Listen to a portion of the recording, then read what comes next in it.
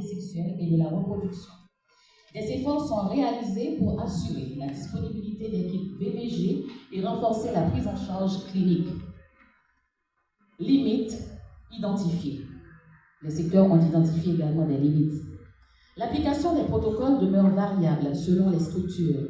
L'accès aux services reste inégal selon les territoires. La disponibilité des kits et des ressources spécialisées est insuffisante dans certaines zones. Les données médicales liées au cas de VBG ne sont pas toujours intégrées dans un système national harmonisé. Premier point, formation continue du personnel de santé. Disponibilité d'équipes VBG et services spécialisés. Renforcement du référencement vers justice et psychosociale. Amélioration du système de collecte et de remontée des données. Renforcer la coordination du secteur. Recommandations. Désignation d'un point focal VBG par direction sanitaire. Suivi régulier de la responsabilité des kits VBG, de la disponibilité des kits VBG. Mise en place d'indicateurs sur la prise en charge médicale. Intégration des données santé dans le système national VBG. Rapport périodique du ministère de la Santé publique et de la Population à la table sectorielle. 2. Secteur juridico-légal et sécuritaire. Constat. Des unités spécialisées. VBG existent au sein de la police et des mécanismes judiciaires permettent l'accueil et le traitement des plaintes. Une collaboration avec les structures médicales est déjà engagée. Limites identifiées. Les délais à vos radicalité, chers amis de la presse. Nous arrivons au terme de ces journées de travail intenses, marquées par des échanges approfondis, des réflexions stratégiques et une volonté manifeste de renforcer notre action collective. Je voudrais exprimer toute ma reconnaissance envers chacun de vous pour votre présence, votre engagement et la qualité de vos contributions. Cet atelier a constitué un jalon essentiel dans notre marche vers la reconnaissance des droits fondamentaux des femmes et des filles en Haïti. La lutte contre la violence basée sur le genre est un impératif moral et une condition essentielle à la stabilité et au développement de notre pays. Elle exige une réponse multisectorielle, coordonnée et centrée sur les survivants, respectueuse de leur dignité et de leur sécurité. Je voudrais saluer la détermination et l'engagement des différents secteurs de la vie nationale qui ont contribué à ce moment solennel. Je salue la richesse des échanges, la qualité des propositions et recommandations qui sont issues des travaux en microgroupe. Nous avons vu ici des institutions publiques, des organisations féministes, des acteurs de la société civile, ainsi que des partenaires techniques et financiers s'unir autour de l'objectif partagé qui est l'éradication des violences basées sur le genre dans toutes leurs formes. Et je vous demande d'applaudir ces acteurs, ces secteurs qui ont pris leurs responsabilités. Bravo aussi à vous, chers amis de la presse, de venir ce 3e jour pour relayer ce que nous disons cet après-midi. Durant ces 3 jours, nous avons partagé des analyses, identifié des lacunes, confronté nos pratiques et surtout affirmé une ambition commune.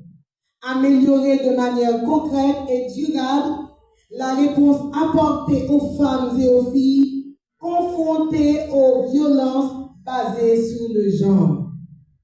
Ce temps de concertation a constitué un espace de responsabilité, d'écoute et de construction collective. En effet, la coordination qui est renforcée au cours de cet atelier est un point de départ, une base solide pour bâtir une réponse multisectorielle intégrée, centrée sur les besoins des survivants, respectueuse des principes de confidentialité, de dignité, d'écoute et de non-discrimination. Mesdames, Messieurs, au cours de cet atelier, nous avons analysé avec lucidité la gravité du contexte sécuritaire et humanitaire que traverse notre pays. Nous avons reconnu que cette crise touche de manière disproportionnée les femmes et les filles, les exposant à des risques accrus de violence, notamment sexuelles et basées sur le genre. Nous avons également admis que, malgré l'existence de cadres normatifs et de politiques publiques, notre réponse reste fragmentée, inégalement accessible et insuffisamment coordonnée. Cette réalité ne doit pas nous décourager, mais au contraire, renforcer notre détermination collective. En effet, ce qui s'est dégagé de nos discussions est clair.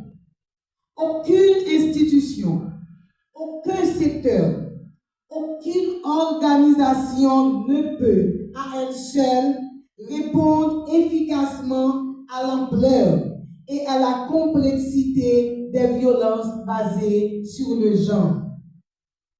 La fragmentation affaiblit l'impact. La coordination le renforce. Nous avons donc réaffirmé la nécessité d'une action articulée, complémentaire et structurée, capable d'assurer la prise en charge cohérente à chaque étape du parcours des survivants. Et comme je dit au début, Jean-Premier ministre m'a dit il faut que la paix change quand. Pour nous que les bagailles commencent à changer, eh bien, il faut que déjà commence à trembler et réfléchir avant de poser des actes de violence sur petites filles, sur petites filles, sur madame, nous, sur sœurs. Alors, quand déjà commence à chercher où boire, commence à courir, parce que MCFDF a été avec tout le monde pour mettre les mains dans le pas de casse et pour nous suspendre et impunis.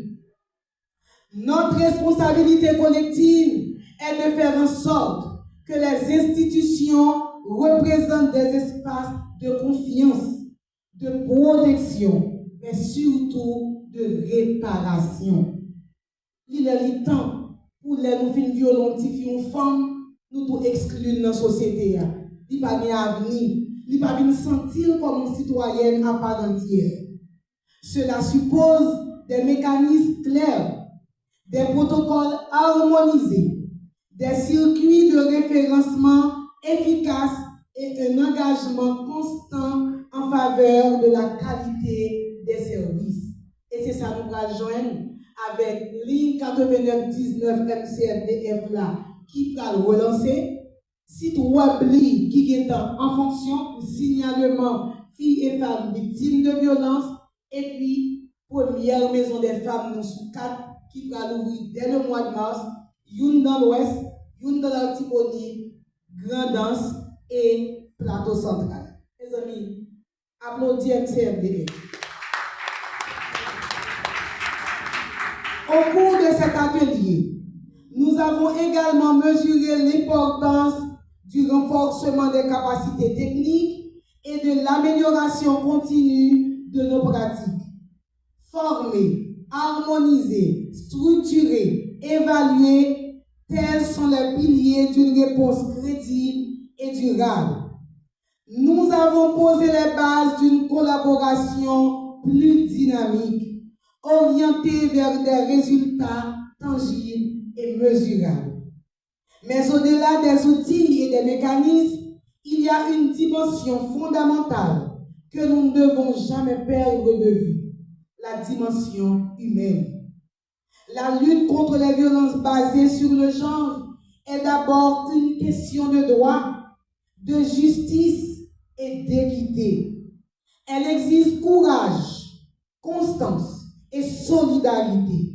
Elle exige aussi une volonté politique affirmée et un engagement institutionnel soutenu. Je tiens à saluer la qualité des contributions fournies par chacun et chacune de vous. Votre expertise, votre franchise et votre esprit de collaboration ont enrichi nos travaux et démontré que le changement est possible lorsque les volontés convergent.